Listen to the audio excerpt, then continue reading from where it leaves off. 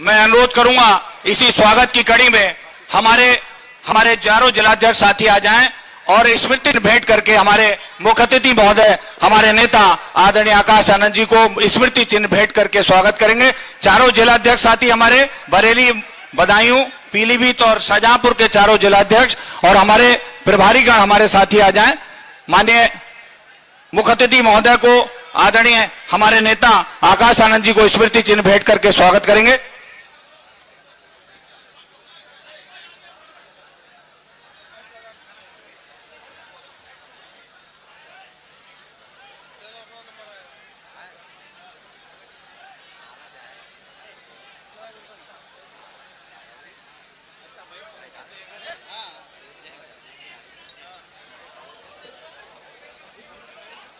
जैसा कि आप सभी को बहुत देर से इंतजार था, अब मैं इससे पहले कि हमारे मुख्य अतिथि हमारे नेता आदरणीय आकाश आनंद जी आपसे मुखातिब हों, मैं 2 शब्दों के लिए उनके स्वागत के लिए अनुरोध करूंगा हमारे प्रभारी आदरणीय शमसुद्दीन राय साहब से कृपया 2 शब्द माइक पर आकर हम सभी के बीच में हमारा मार्गदर्शन करें। हमारे रवि मौर्य जी चांदी का मुकुट भेंट करके स्वागत कर रहे हैं। रवि मौर्य जी मंडल के प्रभारी हैं। आबिद अली साहब भी, आबिद अली जो हमारे आंवला के प्रत्याशी हैं, वो भी स्मृति चिन्ह देकर के स्वागत करना चाहते हैं। आबिद अली साहब, बाबा साहब डॉक्टर अंबेडकर जी की प्रतिमा, एक बार जोरदार तालियों से स्वागत।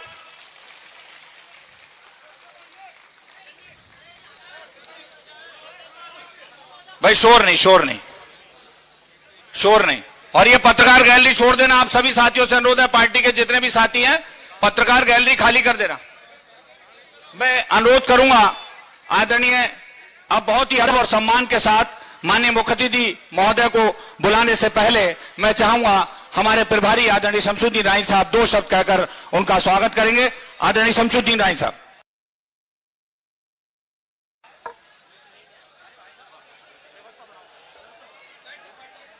मैं सबसे पहले भारत के संविधान को बनाने वाले बाबा साहब बी.आर. अम्बेडकर साहब, बामसेफ DS4 के संस्थापक मानवर काशीराम साहब को श्रद्धा सुमन अर्पित करते हुए आज एक कार्यकर्ता महासम्मेलन के मुख्य अतिथि राष्ट्रीय कोऑर्डिनेटर भाई आकाश आनंद जी हमारे बीच में आ चुके हैं।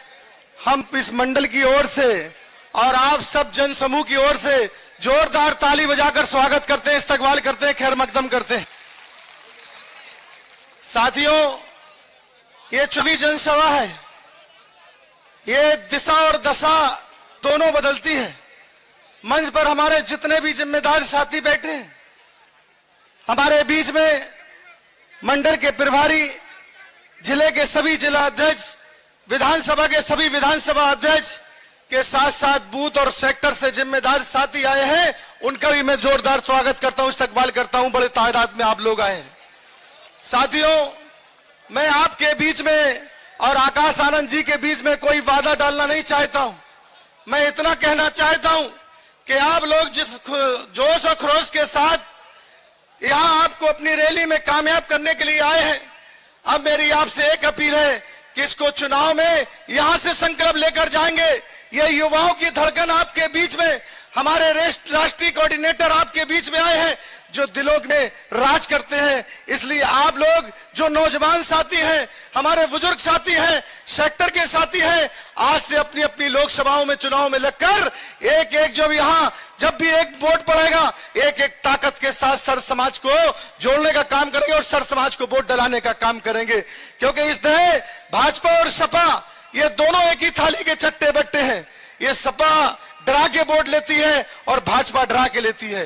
भाजपा हिंदू भाई को डरा के मुसलमानों का डर दिखाती है और समाजवादी पार्टी भाजपा का डर दिखा के वोट देती है। इसलिए ऐसे बहरूपियों को आप लोगों को मुंह तोड़ जवाब देना है। इस बार बरेली मंडल में हमारी जितनी भी लोकसभा सीटें हैं, सबको जीत कर आना है। इसी अंदाज के साथ ही आवाज के साथ मैं अपनी बात को विराम देता हूं और मैं गुजारिश करता हूं कि आप हमारे बीच में राष्ट्रीय कोऑर्डिनेटर आए, उनको अपने, क्योंकि बीच में जाम मिल गया था, बहुत बड़ा जाम था, लेकिन हम लोग रास्ता निकालते हुए चले आए आपके बीच में। अब मैं इसी अंदाज के साथ अपनी बात को विराम देते हैं। जय भीम, जय भारत, खुदा हाफिज। हमारे वाल्मीकि समाज के प्रतिनिधि हमारे ऋषिपाल वाल्मीकि जी एक स्मृति चिन्ह भेंट करना चाहते हैं, ऋषिपाल वाल्मीकि जी। और उसके बाद मैं माननीय मुख्यातिथि महोदय को अनुरोध करूंगा कि हम सभी का मार्गदर्शन करें। बहुजन समाज पार्टी जिंदाबाद, बहुजन समाज पार्टी जिंदाबाद, बहन कुमारी मायावती जी जिंदाबाद, बहन कुमारी मायावती जी जिंदाबाद, माननीय आकाश आनंद जी जिंदाबाद। बहुत बहुत धन्यवाद।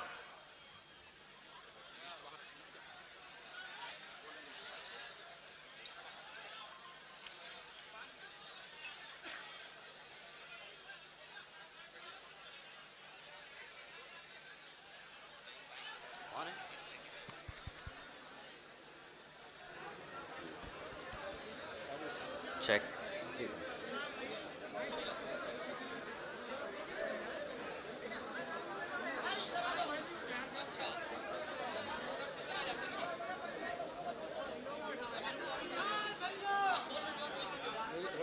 नहीं नहीं नहीं, पीछे पीछे रहिए। Thank you. जय भीम, सलाम साथियों, और मेरा आप सभी को प्रणाम। साथियों, इससे पहले मैं आप सबके बीच में अपनी बात रखूं, मैं यहां मौजूद सभी माताएं, बहनें, बड़े बुजुर्ग और युवा साथियों का, जो पिछले 3-4 घंटे से हमारा यहां इंतजार कर रहे हैं, गर्मी में बैठे हैं हमें सुनने के लिए, आप सभी का मैं तहे दिल से धन्यवाद करता हूं। साथियों, साथ ही साथ आज यहां मंच पे मौजूद सभी छोटे बड़े नेता, सभी पदाधिकारीगण, आप सभी का भी मैं तहे दिल से धन्यवाद करता हूं कि आपने आज की जनसभा को इतनी अच्छे से सक्सेसफुली और इतने ऑर्डर से एग्जीक्यूट किया है। साथियों, सबसे पहले मैं अपने सभी संतों, गुरुओं, महापुरुषों को, जिसमें खासकर महात्मा ज्योतिबा फूले, छत्रपति शाहूजी महाराज, नारायण गुरु, पेरियार राम स्वामी जी, बाबा साहब डॉक्टर भीमराव अंबेडकर जी एवं मान्यवर साहब श्री काशीराम जी को नमन करता हूं। साथियों, इससे पहले मैं इस लोकसभा के संबंध में जरूरी बातें रखने से पहले मैं यहां बहुजन समाज पार्टी की राष्ट्रीय अध्यक्ष व उत्तर प्रदेश की 4 बार मुख्यमंत्री व पूर्व सांसद आदरणीय बहन कुमारी मायावती जी को नमन करते हुए उनका तहे दिल से आभार व्यक्त करता हूं।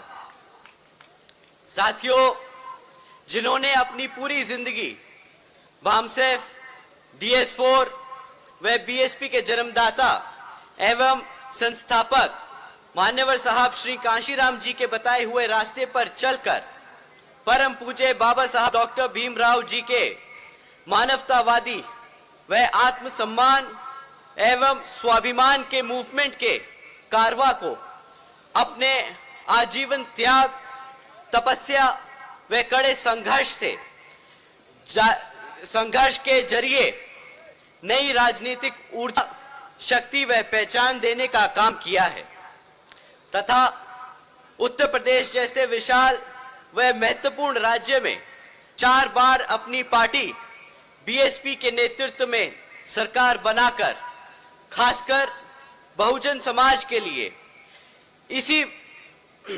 ऐसी मिसाल बन गई हैं जिनसे प्रेरणा लेकर आज करोड़ों लोग यहां पर सामाजिक परिवर्तन व आर्थिक तरक्की से प्रभावित होकर बीएसपी मूवमेंट से जुड़ चुका हूं और उनके पद चिन्हों पर चलकर उस मिशनरी दायित्व, कर्तव्य व फर्ज को पूरी कोशिश करूंगा निभाने की, जिसके लिए बहुजन समाज के मसीहा परम पूज्य बाबा साहब डॉक्टर भीमराव अंबेडकर जी आजीवन कड़ा संघर्ष करते रहे।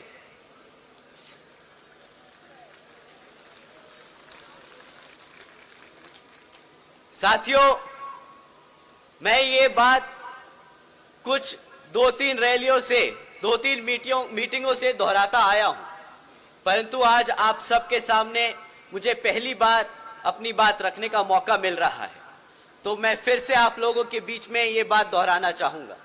साथियों, विपक्षी पार्टियां, उनके चमचे हमारी पार्टी के कैडर को, हमारे लोगों को, हमारे कार्यकर्ताओं को भ्रमित करने की कोई कसर नहीं छोड़ते। हमारे कार्यकर्ता, हमारे वर्करों को डिमोरलाइज करने में कोई कसर नहीं छोड़ते। सबसे ज्यादा तकलीफ हमारे कार्यकर्ता को तब होती है जब उन्हें सुनने को मिलता है कि भाई हाथी किताबों के बोझ से दब रहा है, इस पे एक फाइनेंशियल बर्डन बहुत ज्यादा है। परंतु साथियों, ऐसी कोई बात नहीं। आप लोगों ने इलेक्ट्रल बॉन्ड्स के बारे में सुना होगा, आप लोगों ने क्या उसके बारे में जानकारी है? साथियों, जिनको उसके बारे में जानकारी है अपने हाथ उठाएं। आधे पंडाल में हाथ उठे हैं, आधे में नहीं। तो साथियों, मैं आप लोगों से इलेक्ट्रल बॉन्ड्स के बारे में बात करता हूं, क्योंकि वो इन किताबों से जुड़ा है। साथियों, पिछले 6 सालों में 25 राजनीतिक दलों को इन इलेक्ट्रल बॉन्ड्स के द्वारा बड़े बड़े धरना सेठों से, उनकी कंपनियों से इनको इलेक्ट्रल बॉन्ड्स के द्वारा चंदा मिला। आपको पता है कि इन 25 राजनीतिक दलों को पिछले 6 साल में कितना चंदा मिला? साथियों, 16,500 करोड़ रुपए इन 25 राजनीतिक दलों को मिले। परंतु आप जानते हैं इन 25 राजनीतिक दलों में किन किन का नाम था और किन का नहीं? साथियों, बीजेपी से लेकर समाजवादी पार्टी तक का नाम था, परंतु इसमें आपकी बीएसपी का नाम नहीं था।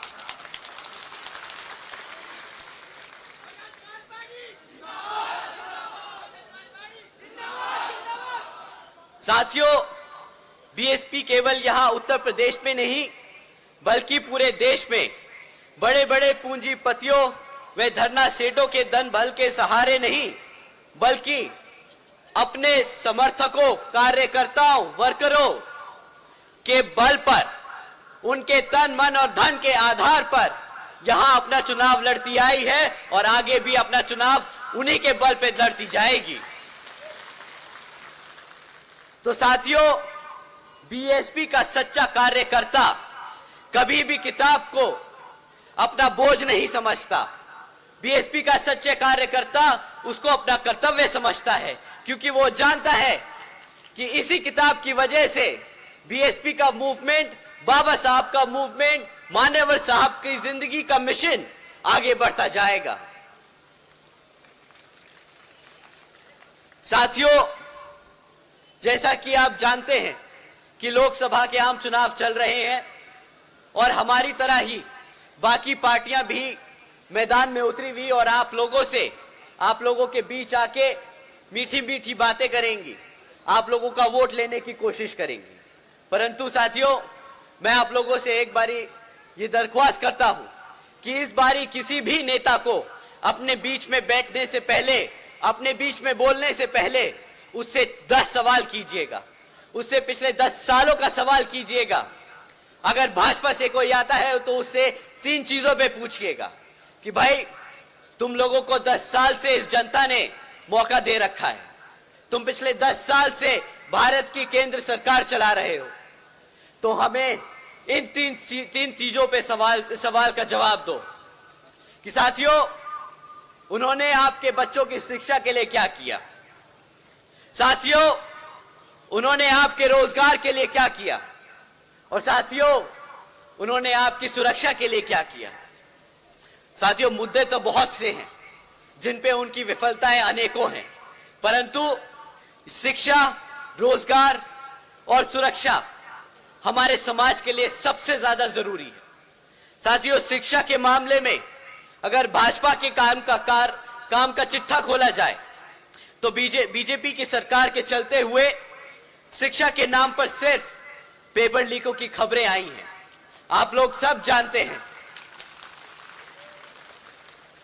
कि जब भी किसी भी सरकारी नौकरी के लिए एंट्रेंस टेस्ट होता है तो हमारे हजारों बच्चे हमारे हजारों युवा साथी लाइन से लगाकर वो टेस्ट देने मेहनत करने जाते हैं, इस उम्मीद से कि उनको शायद टेस्ट में नंबर निकल आए, उनका कागज निकल आए, तो शायद उन्हें नौकरी मिल जाए। परंतु जैसे ही टेस्ट खत्म होता है, कुछ दिनों बाद खबर निकली है कि भाई ये पेपर लीक हो गया, वो पेपर लीक हो गया, और उसके बाद सरकार को बहाना मिल जाता है, सरकार को बहाना मिल जाता है वो सारी नौकरियां रद्द करने का। साथियों, वो लोग बहाना ढूंढते हैं, आपको किसी तरह रोजगार ना मिल पाए वो बहाना ढूंढते हैं। साथियों, बीजेपी की सरकार चलते हुए आज 8वीं कक्षा के आधे से ज्यादा बच्चे प्लस माइनस नहीं कर पाते। साथियों, बीजेपी की सरकार चलते हुए आधे से ज्यादा बच्चे अंग्रेजी के आधे शब्द नहीं बोल पाते, अंग्रेजी की शब्द नहीं समझ पाते। साथियों, एक तरफ केंद्र की सरकार बोलती है हम डिजिटल इंडिया बनाएंगे, हमारा इंडिया डिजिटल होता जा रहा है, परंतु आज भी 65% से ज्यादा स्कूलों में एक भी कंप्यूटर नहीं है। साथियों, अगर शिक्षा की बात करें तो वो आप सब जानते हैं कि आपके लिए कितनी महत्वपूर्ण है, आपके बच्चों के लिए कितनी महत्वपूर्ण है। अगर आपके बच्चे शिक्षक होंगे तभी वो आगे नौकरियों के लिए अप्लाई कर पाएंगे, अगर नौकरियां मिलेंगी तभी वो अपने पैरों पर खड़े हो पाएंगे। अगर कोई सरकार आपके बच्चों की शिक्षा से खिलवाड़ करे, वो आपकी शिक्षा से नहीं, आपके आने वाले भविष्य से खिलवाड़ कर रही है। साथियों, इसी क्रम में हमारे युवा साथियों को जो तकलीफ सहने को मिल रही है वो है रोजगार की। आज बीजेपी की सरकार के चलते हुए 3 में से 1 ग्रेजुएट युवा साथी बेरोजगार है। यहां पे कितने हमारे युवा साथी हैं जिनको आज तक एक भी नौकरी नहीं मिली? हाथ उठाकर बताएं साथियों। आधा पंडाल अपना हाथ उठा रहा है। इसकी तस्वीरें सोशल मीडिया पे डालकर आप भाजपा की सरकार तक पहुंचाने का काम करें। साथियों, उन्हें पता होना चाहिए कि उन्होंने पिछले 10 साल में क्या काम किया है।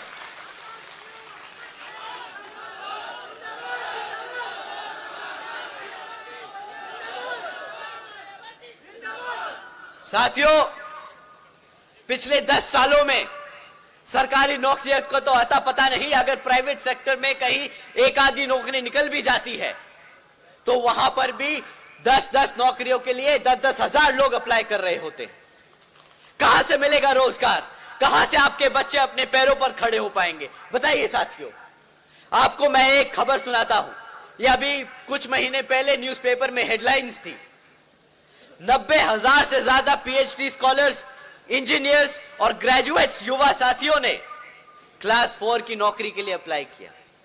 अगर क्लास 4 की नौकरी के लिए पीएचडी स्कॉलर्स को अप्लाई करना पड़ रहा है तो साथियों, नौकरियों का कितना बुरा हाल है इस देश में, यह आप सब बखूबी जानते हैं।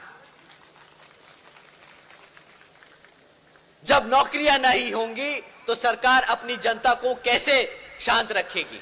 आपका दिमाग, आपका ध्यान कैसे भटकाएगी?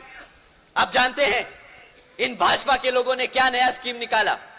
इन्होंने नई स्कीम निकाली है कि आज ये लोग फख्र से बताते हैं कि 80 करोड़ से ज्यादा लोगों को ये मुफ्त में राशन की देने का काम कर रहे हैं। साथियों, केंद्र की सरकार के बड़े छोटे नेता सब लोग मंच पे खड़े होकर बड़े फख्र से कहते हैं कि मित्रों, हमने आज बीजेपी की सरकार चलते हुए 80 करोड़ से ज्यादा देशवासियों को मुफ्त में राशन देने का काम किया है।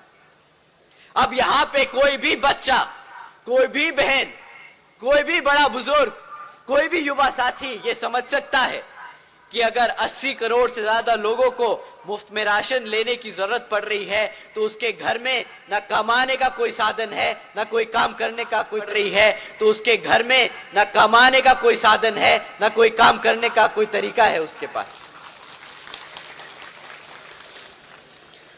तो साथियों, इस बारी तमीज तहजीब से नहीं, इनसे बड़े खुल के बात कीजिए और इनसे पूछिएगा कि भाई, अगर 80 करोड़ जनता इस देश की तुम्हारे फ्री राशन पे चल रही है तो तुमने पिछले 10 साल में क्या ही काम किया है? कहां है मेरा रोजगार? कहां है मेरी शिक्षा?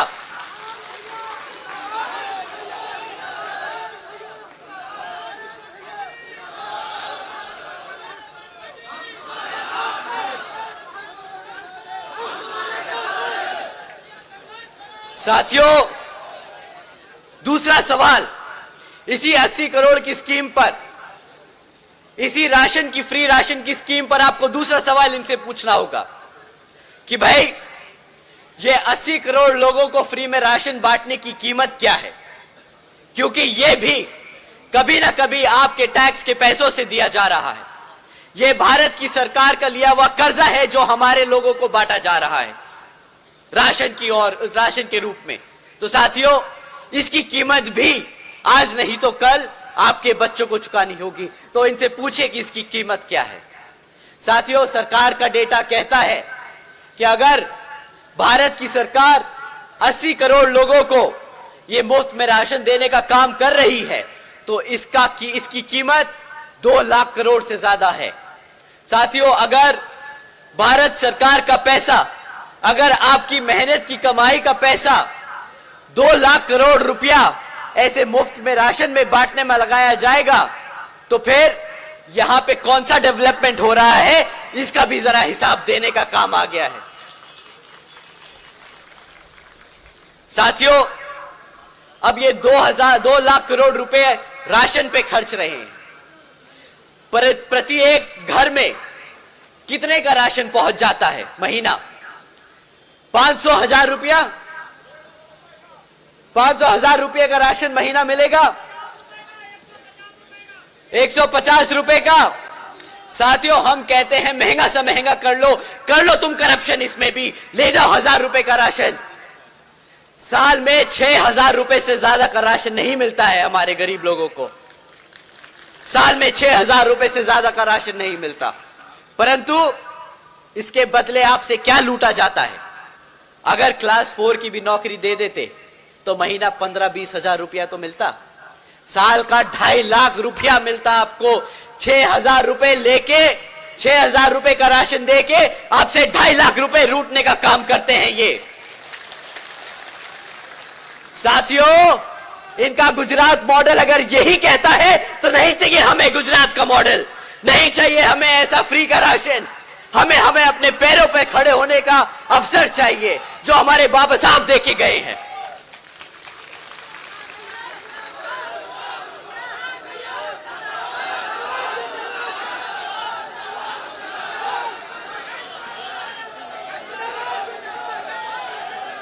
साथियों, ना ये आपके बच्चों को शिक्षा दे पाए, ना हमारे युवा लोगों को रोजगार दे पाए। अब बात करते हैं इनकी सुरक्षा की। मैं बस एक लाइन बोलूंगा, मैं इनका एक पास किया हुआ ऑर्डर आपको बताऊंगा। अगर ज्यादा बोला तो शायद नाराज ना हो जाएं ये लोग, परंतु आप लोगों को जानना बहुत जरूरी है। साथियों, अभी कुछ समय पहले भाजपा के मुख्यमंत्री जी ने यहां पर एक ऑर्डर पास किया। ऑर्डर में कहा कि लड़कियों को आज शाम को 8 बजे के बाद से प्राइवेट इंस्टीट्यूट्स में, कॉलेजेस में ट्यूशंस लेने की जरूरत नहीं है, उन्हें लेने नहीं दिया जाएगा। वो शाम को 8 बजे के बाद घर से बाहर नहीं निकल सकती, क्योंकि यहां की सरकार उनकी सुरक्षा की गारंटी नहीं ले सकती। साथियों, अगर ये सरकार आपके सामने बेशर्मों की तरह बोलती है कि हम अपनी बेटियों की सुरक्षा नहीं कर सकते, तो इस सरकार को सत्ता में रहने का कोई हक नहीं।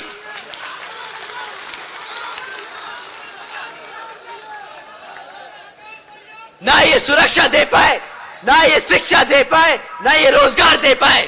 किस बात का अखंड भारत की बात करते हैं ये लोग? कहां से बनेगा अखंड भारत जब आप अपने लोगों को, अपनी जनता को सुरक्षित नहीं रख सके? आप लोगों ने धोखा नहीं दिया है, आप लोगों ने हमारी जनता को धोखा नहीं दिया है, आप लोगों ने गद्दारी की है। आपसे बड़ा देशद्रोही नहीं अगर आप अपनी आवाम को अपने पैरों पर नहीं खड़ा कर सकते। साथियों, ना सुरक्षा दे पाए, ना शिक्षा दे पाए, ना रोजगार दे पाए। जिन लोगों के सर पे छत थी वो भी छीन ली। ये सरकार गर्व से बोलती है कि हमारी सरकार तो बुलडोजर की सरकार है। हमारी जनता ने, हमारी भोली जनता ने इसलिए आपको वोट नहीं डाला था, इसलिए आपको वोट नहीं डाला था कि आप हमारे घर उखाड़ दें, अपनी बुलडोजर हमारे लोगों की छत उखाड़ने का इस्तेमाल करें। साथियों, अगर ये लोग इतनी सी बात नहीं समझ पाए कि ये एक बेइज्जती का टैग है, बुलडोजर की सरकार एक बेइज्जती का टैग है, तो इनको कोई ज्ञान देने की जरूरत नहीं। आप लोगों को इनसे सिर्फ सवाल करने हैं, और अगली बार ये आप लोगों के बीच में आए, जो इन्होंने आपके साथ किया है वो आप इनके साथ करेंगे। इन्होंने आपके हाथ में कटोरा थमाने का काम किया है। साथियों, इस बार ये वोट मांगने आए तो इनको वही खाली कटोरा थमा के वापस भेज दीजिएगा।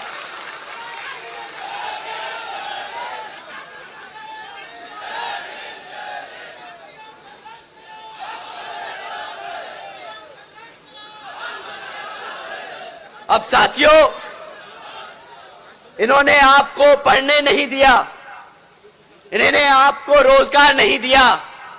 इनकी अब मानववादी सोच सोचिए, इनकी प्लानिंग समझिए। जब आप पढ़ेंगे नहीं तो अपने इतिहास के बारे में जानेंगे कैसे?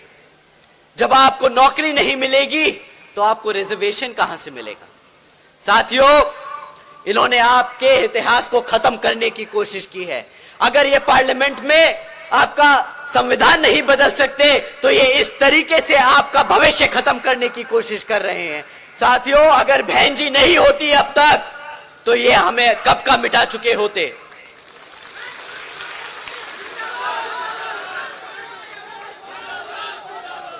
साथियों, इस बार आने वाले लोकसभा आम चुनाव में आप लोगों को इनको खदेड़ के भगा देना है मैदान से, और हाथी वाले निशान के सामने वाला बटन दबाकर यहां बहन जी के हाथ मजबूत करने का काम करना है।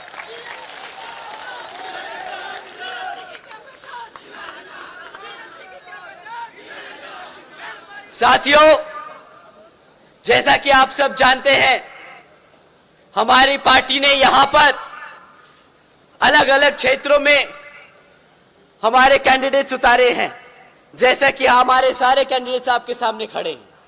साथियों, ये आज से नहीं, बहुत सालों से आप लोगों के बीच में रहकर काम कर रहे हैं।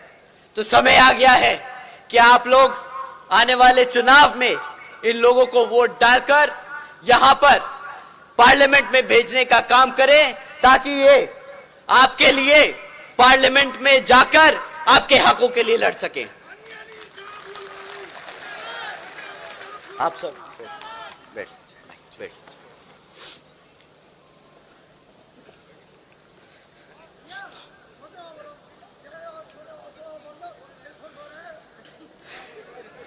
अभी मेरा भाषण खत्म नहीं हुआ साथियों, अभी तो बेइज्जती करना बाकी है, प्यार प्यार से करेंगे।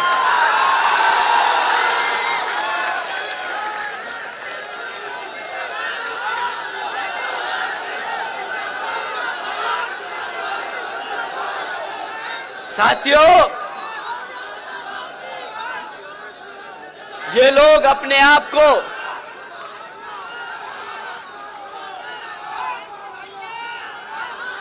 साथियों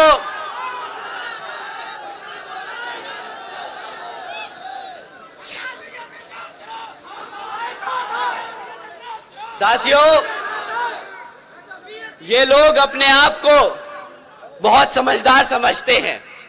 ये बोलते हैं कि भारत ने गुजरात का मॉडल फॉलो किया और भारत को $5 ट्रिलियन की इकोनॉमी बनाने का काम कर रहे हैं। इन समझदारों से कोई सवाल करे और इनको एक फैक्ट दे कि भाई, जब 2014 में आपने केंद्र की सरकार में अपनी सत्ता ली थी, तब भारत की सरकार पर 58,60,000 करोड़ का कर्जा था।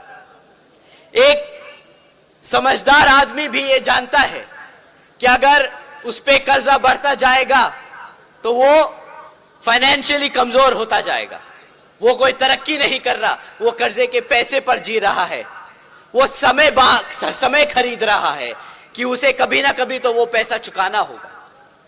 जब इन्होंने 2014 में भारत सरकार में ये लोग वोट लेके पहुंचे थे तो भारत सरकार पर 58,60,000 करोड़ का कर्जा था।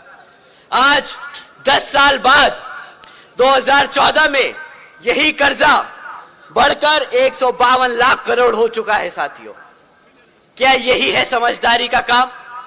कोई समझदार आदमी क्या इतना कर्जा लेता है? क्या कोई कर्जे से आज तक अपने देश को बड़ा बना पाया है क्या? आप ही बताइए साथियों। इन्होंने तो अगले 10 सालों बाद अपना पल्ला झाड़ लेना है। ये तो मंच पर आकर फिर खड़े होकर बोल पड़ेंगे, अरे हम तो फकीर आदमी हैं, झोला उठाकर चल पड़ेंगे। और ये 152 लाख करोड़ का कर्जा हमारे लोगों पर छोड़ जाएंगे। इन लोगों की पुरानी फितरत है साथियों, दूसरों का काम दूसरों पे चिपकाने का। ये लोग मार्केटिंग का काम बहुत बखूबी अच्छे से जानते हैं। ये लोग पिछले 10 साल में सिर्फ अपनी मार्केटिंग करते आए हैं। हर दूसरे दिन एक नई योजना निकालेंगे, कभी ये योजना कभी वो योजना। जब योजनाओं के आइडिया खत्म हो जाएंगे तो योजना 2.0, योजना 3.0, योजना 4.0, इनकी योजनाएं नहीं खत्म होंगी साथियों। पर हकीकत में उन योजनाओं का जमीनी स्तर पे कोई फायदा नहीं। वो योजना के लिए अगर 100 रुपए लगाने को रखते हैं बजट में, तो उन 100 रुपए में से 10 रुपए जमीन पर आते हैं। 90 रुपए ये अपनी मार्केटिंग एजेंसीज को देते हैं ताकि गांव-गांव तक इनका वो मैसेज जाए। अरे गांव तक मैसेज पहुंचाना नहीं, वो योजना का काम कराना होता है ताकि आपका गरीब आदमी आपके मेहनत कमाए हुए पैसे से उसका फायदा हो सके। ये मॉडर्न इंडिया की मॉडर्न मार्केटिंग एजेंसी है साथियों। ये इलेक्शन जीतने आपके भले के लिए नहीं लड़ते, ये इलेक्शन अपने आप को सत्ता में रखने के लिए लड़ते हैं। ये इलेक्शन आपको सत्ता से दूर रखने के लिए करते हैं। ये इलेक्शन आपको कमजोर रखने के लिए करते हैं। ये इलेक्शन हमारे संविधान को बदलने की कोशिश के लिए लड़ते हैं। साथियों, इनसे बड़ा देशद्रोही कोई नहीं। साथियों, अगर ये भाजपा का हाल है तो यहां उत्तर प्रदेश में एक लाल टोपी वाले भी हैं।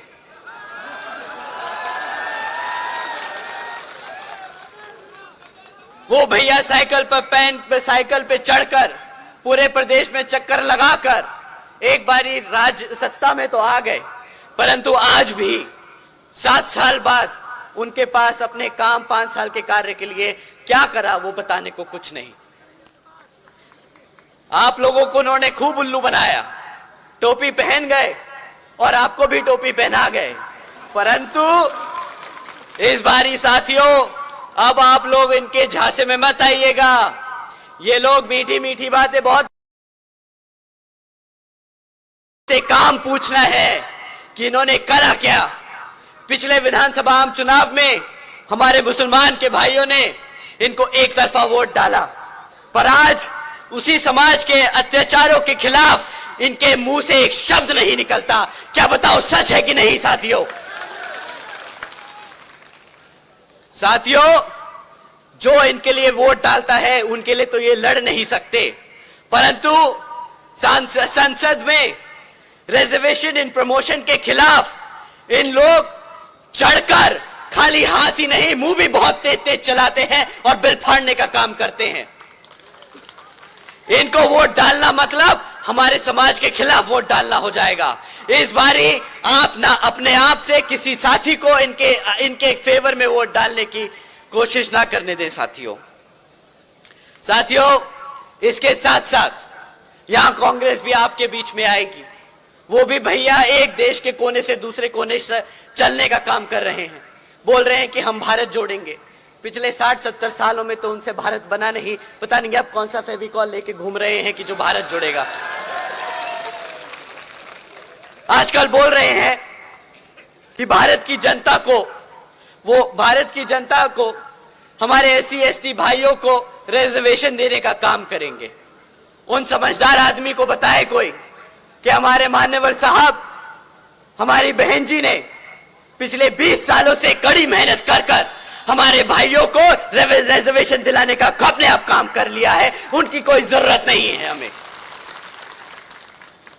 वो अपने 60 साल शायद भूल गए हैं, तो उन्हें अगली बारी आप मिले तो जरूर बताइएगा, भाई साहब आपकी अब कोई जरूरत नहीं, आपको जो भारत की जनता ने मौका देना था दे दिया, अब आप अपने घर बैठे। हमारे बहुजन के लोग, हमारी बहन जी अभी जिंदा है और हमारे लिए लड़ती आई है और लड़ती आएंगी।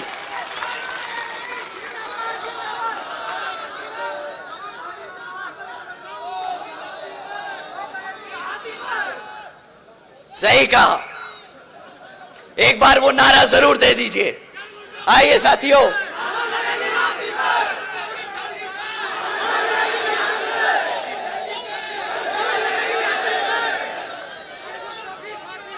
बहुजन समाज पार्टी जिंदाबाद। चरगुंडों की छाती पर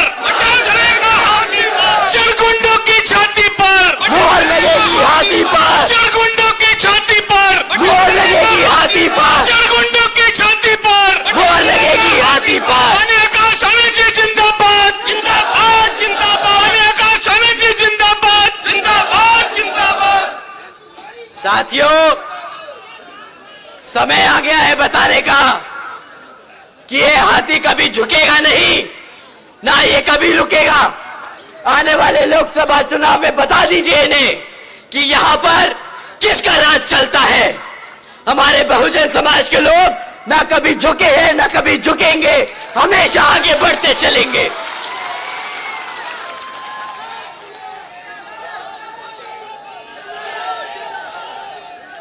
साथियों, मैंने आप सबका बहुत समय लिया, इन सब के बारे में बहुत बात कर ली, परंतु अब आपको बहन जी के कामों के बारे में बात करते हैं, उनके कामों के बारे में बताते हैं, ताकि आप समाज में जाएं तो उनके कामों के बारे में बताएं। साथियों, बहन जी ने कभी एडवर्टाइजमेंट नहीं करी, कभी उन्होंने ऐसा कोई पर्चा नहीं निकाला, उन्होंने कभी मैनिफेस्टो जारी नहीं किया। उन्होंने हमेशा से अपने सभी समर्थकों से, अपने सभी कार्यकर्ताओं से बोला कि आप जनता के बीच में जाएं तो अपना काम लेके जाएं। क्या आपने करा क्या है अपने 5 साल के शासनकाल में? साथियों, उन्हीं में से कुछ मैं आपके सामने रखता हूं।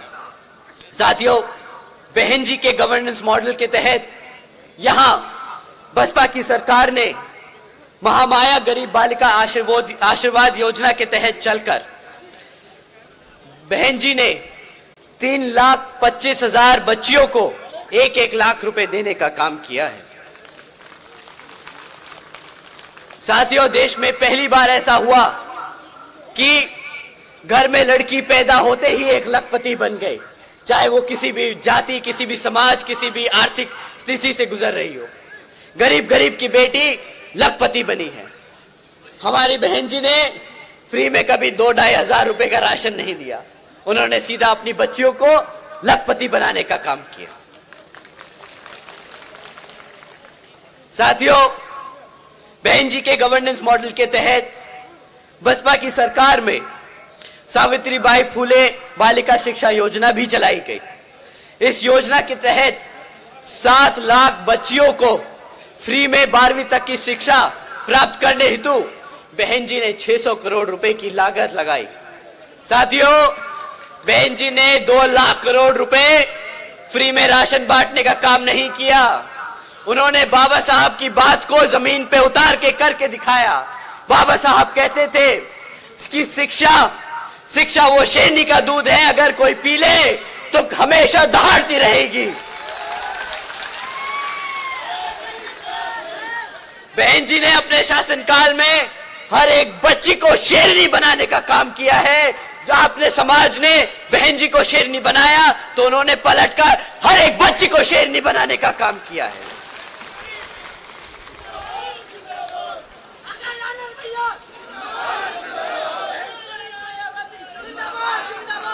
साथियों, इसी क्रम में आगे चलते हुए बहन जी के मॉडल ऑफ गवर्नेंस के तहत बसपा की सरकार ने प्रदेश के कई व्यवसायिक technical institutes, engineering colleges, polytechnic एवं इंडस्ट्रियल इंस्टीट्यूट्स में अन्य पिछड़े वर्गों के छात्रों के लिए 27% सीटों की आरक्षण तय किया।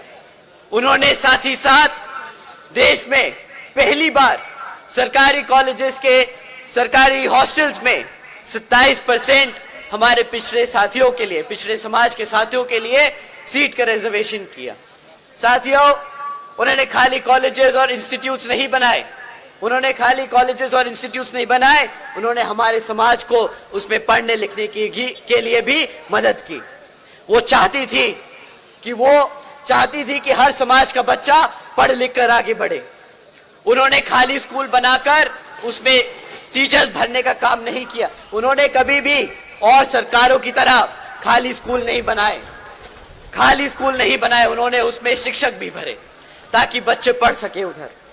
साथियों, बहन जी के गवर्नेंस मॉडल के तहत बसपा की सरकार ने, प्रदेश ने अपने शासनकाल में 12,500 करोड़ की लागत से हमारे SC ST व OBC साथ आदिवासी समाज के परिवारों को 3,50,000 से ज्यादा परिवारों को अपना खुद का घर देने का काम किया।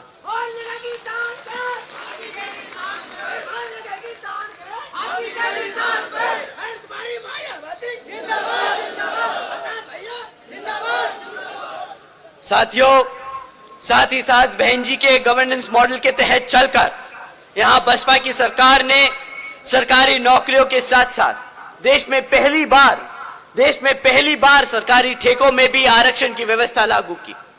उसके साथ साथ सरकारी नौकरियों में भर्ती पे लगी हुई रोक को भी हटाकर यहां पर सभी जरूरतमंदों को सरकारी नौकरी देने का काम किया। साथियों, बहन जी की सरकार में कृषि एवं संबंधित कार्यों में मिनिमम वेजेस को 55 रुपए से बढ़ाकर 100 रुपए प्रतिदिन करने का काम किया है और अन्य पिछड़े वर्गों के लोगों की क्रीमी लेयर की वार्षिक आय 3 लाख रुपए से बढ़ाकर 5 लाख रुपए करने का काम किया। साथ ही साथ बहन जी ने गन्ना खरीदे के दाम दुगने कर दिए। साथियों, बहन जी ने कभी भी ये नहीं बोला कि वो MSP लागू करेंगे। उन्होंने कभी भी नहीं बोला कि हम ये वादा करते हैं, हम वो वादा करते हैं। उन्होंने हमेशा जमीन पर उतरकर अपने समाज के लिए काम करके दिखाया है। साथियों, इसके साथ साथ बहन जी ने अपने शासनकाल में 90,000 से ज्यादा अधिक शिक्षकों को सरकारी नौकरी दी। स्कूल बनाए तो वहां पे टीचर्स की भी भर्ती करी ताकि हमारे समाज पढ़ सके। 1 लाख से अधिक सफाई कर्मचारियों को नौकरी देने का काम किया। 2 लाख से अधिक नौजवानों को पुलिस फोर्स में भर्ती किया और 6 लाख से अधिक हमारे अपर कास्ट समाज के गरीब भाइयों को भी विभिन्न विभागों में सरकारी नौकरी देने का काम किया है। साथियों, बहन जी के गवर्नेंस मॉडल के तहत चलकर ही हमारी सरकार देश के हर एक समाज के लोगों को अपने पैरों पर खड़ा कर उसको स्वाभिमान से जीने का अधिकार दिलाने का काम करेगी। तो साथियों, इन्हीं जरूरी बातों के साथ ही अब मैं आप सभी लोगों से मेरे साथ खासकर आदरणीय बहन कुमारी मायावती जी की भी यही विशेष अपील है कि इस समय देश में हो रहे लोकसभा आम चुनाव में आप सभी लोग हर मोर्चे पर सावधान रहें। आपका वोट बहुत कीमती है साथियों। आपके वोट को कोई खरीद ना सके, आपके वोट को कोई लूट ना सके, आपके वोट को कोई खराब होने ना दे। साथियों, जाति बिरादरी, धन बल, मंदिर मस्जिद या किसी भी भावना भगवान आदि के नाम पर कोई स्वार्थी आदमी आप लोगों को फंसा न ले और आपके वोट का दुरुपयोग ना करे। आप लोगों को संभल के रहना होगा, क्योंकि देश के हर एक महिला, हर एक पुरुष, हर एक युवा साथी को यह अधिकार यहां परम पूज्य बाबा साहब डॉक्टर भीमराव अंबेडकर जी की अति महत्वपूर्ण देन है। साथियों, इसी वोट से आप उस सत्ता पे ताबीज हो सकते हैं, उसी सत्ता की चाबी ले सकते हैं। तो साथियों, मैं आप सब से यही खास अपील करता हूं कि साथियों, ये समय आ गया है कि आप सब आपस में गलतफहमियों को दूर करें, आपस के झगड़े को छोड़ दें, एक तरफ करें और आने वाले इस लोकसभा आम चुनाव में यहां जिन ही क्षेत्रों में बीएसपी के लोकसभा के उम्मीदवार चुनाव लड़ रहे हैं, तो उन्हें आप लोग वोटिंग मशीन के पर बीएसपी के हाथी के चुनाव चिन्ह को सामने वाला बटन दबाकर यहां बहन जी के हाथों को मजबूत करने का काम करें। और इसके लिए इसके लिए मैं यहां अपने युवा साथियों को बोलूंगा, आप लोग बढ़ चढ़कर इसमें अपना हिस्सेदारी निभाएं और अपने सभी बड़े बुजुर्गों को लेके जाएं और वोट डाल के आएं। इसी के साथ साथ मैं आज यहां मौजूद दोबारा से यहां पर सभी बड़े बुजुर्ग, माताएं, बहनें, युवा साथी, मीडिया बंधु, हमारे सभी छोटे बड़े पदाधिकारी, आप सभी को तहे दिल से धन्यवाद करता हूं। और आज यहां हमारे बीवीएफ के जवान साथी भी हैं। आप लोगों ने जिस तरीके से इस मीटिंग को कंडक्ट किया, लॉ एंड ऑर्डर मेंटेन करके रखा, आप सभी को मैं तहे दिल से धन्यवाद करता हूं। जय भीम, जय भारत। बहुत बहुत धन्यवाद। बरली जनपद में अपना कीमती समय देने का हमारे पार्टी के राष्ट्रीय कोऑर्डिनेटर श्री आकाश आनंद जी का। आज मैं इस मंच के माध्यम से कुछ घोषणा करना चाह रहा हूं जो पार्टी ज्वाइन कर रहे हैं। गौरव जायसवाल जी जिला कोषाध्यक्ष समाजवादी पार्टी छोड़कर बहुजन समाज पार्टी की सदस्यता ग्रहण कर रहे हैं। मुदित प्रताप सिंह पति जिला पंचायत सदस्य वार्ड नंबर 40 आंवला से बहुजन समाज पार्टी की सदस्यता ग्रहण कर रहे हैं। प्राची सिंह जिला पंचायत सदस्य वार्ड नंबर 40 आंवला से बहुजन समाज पार्टी की सदस्यता ग्रहण कर रहे हैं। मैं इनका बहुत बहुत आभार और स्वागत करता हूं।